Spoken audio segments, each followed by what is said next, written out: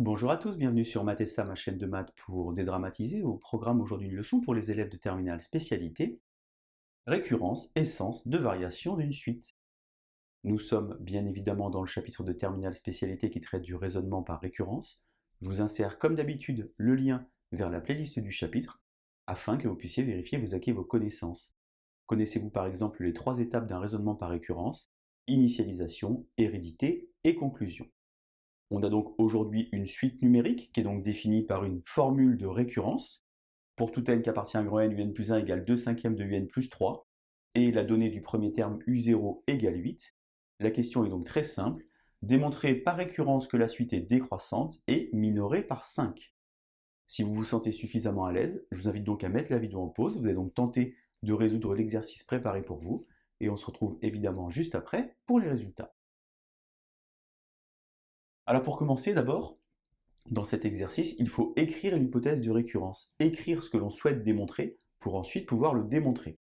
Pour tout n qui appartient à grand N, Pn, alors moi j'indique P indice n, vous trouverez dans certains livres P entre parenthèses n, ou même parfois HRN, hypothèse de récurrence au rang n. Il faut donc traduire le fait que la suite doit être décroissante et minorée par 5.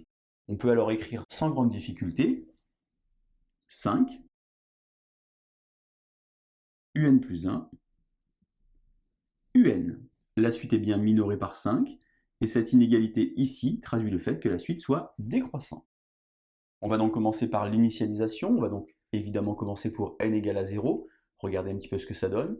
Vous avez déjà vu dans d'autres vidéos parfois que ça commençait bien plus loin. Je vous insère le lien vers la vidéo récurrence quand est-ce que ça commence, si vous voulez regarder cette notion. Alors on a dans l'énoncé u0 qui vaut 8, il nous faut alors calculer la valeur de u1. Pour calculer U1, il faut donc remplacer ici n par 0, c'est-à-dire 2 cinquièmes fois U0 plus 3. 2 cinquièmes fois 8, ça fait donc 16 cinquièmes, plus 3. On va alors mettre au même dénominateur, 3 fois 5, 15. 15 et 16, ça fait donc 31 cinquièmes.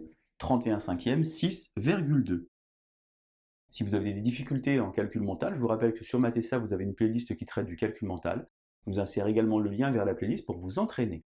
Je vais donc avoir finalement, lorsque j'observe 5, ici U1 et ici U0, je peux donc affirmer que P0 est vrai, la propriété est donc initialisée. Alors vous savez certainement que j'ai expliqué dans d'autres vidéos que pour procéder à un raisonnement par récurrence, il y avait pour moi 3 verbes, injecter, construire ou composer. On va observer ici ce qu'on peut faire, il faut que vous sachiez qu'en fonction de la donnée, eh bien vous pouvez utiliser une des 3 comme ceci, méthode. Avant ça, hérédité, je suppose donc qu'il existe un entier n tel que Pn soit vrai, et je veux montrer Pn plus 1. Je vous rappelle également que pour moi c'est important d'écrire le panneau Vladivostok, c'est-à-dire écrire où on veut arriver, pour savoir quand est-ce qu'on est arrivé. Ici j'ai n, ici j'ai n, ici j'ai n plus 1. Et bien si ici j'ai n plus 1, je vais donc avoir la même chose, avec ici un plus 2, et ici un plus 1. J'indique au bout de ma ligne un petit point d'interrogation pour bien comprendre que cette ligne est l'objectif et en aucun cas le point de départ. Alors je reviens vers mes 3 verbes, injecter, construire ou composer. Lorsque vous avez, comme c'est le cas ici, des inégalités, injecter ça fonctionne quasiment jamais. Moi je vous conseille ici, puisque c'est relativement simple, de construire pas à pas. On pourrait évidemment composer parce que c'est composé par une fonction monotone, en observant ici par exemple qu'on a une fonction affine. Je vais donc partir ici de mon Pn et construire pas à pas. J'ai donc 5 plus petit que un plus 1 plus petit que un. Alors pourquoi est-ce que j'ai ça? Eh bien parce que j'ai supposé qu'il existait un entier n, et donc cet entier il est ici. Cet entier vous pouvez l'appeler évidemment n0, vous pouvez l'appeler k. Ce qui est important de dire c'est qu'il y en a un seul. Alors j'observe ici ce qui se passe pour obtenir un plus 1 sur la partie droite. Et bien d'abord, je vais faire fois 2 cinquièmes. Lorsque je multiplie par 2 cinquièmes, ça ne change pas le sens de l'inégalité.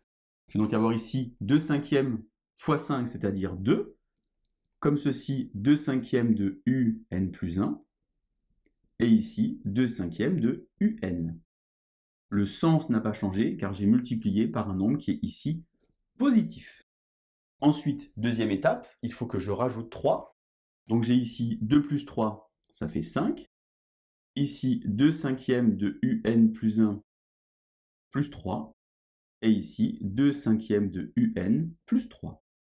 J'ai donc mon 5. J'ai donc ici 2 cinquièmes de un plus 3 qui correspond exactement à un plus 1.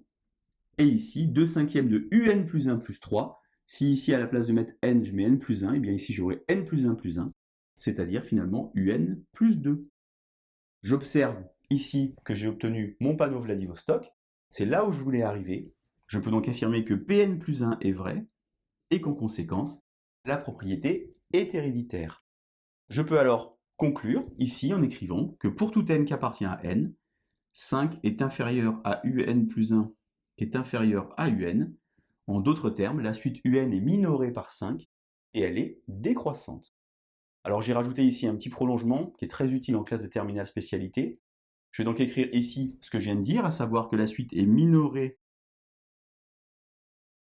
et décroissante. D'après le théorème de la limite monotone, eh bien je peux affirmer que la suite un est une suite qui est convergente.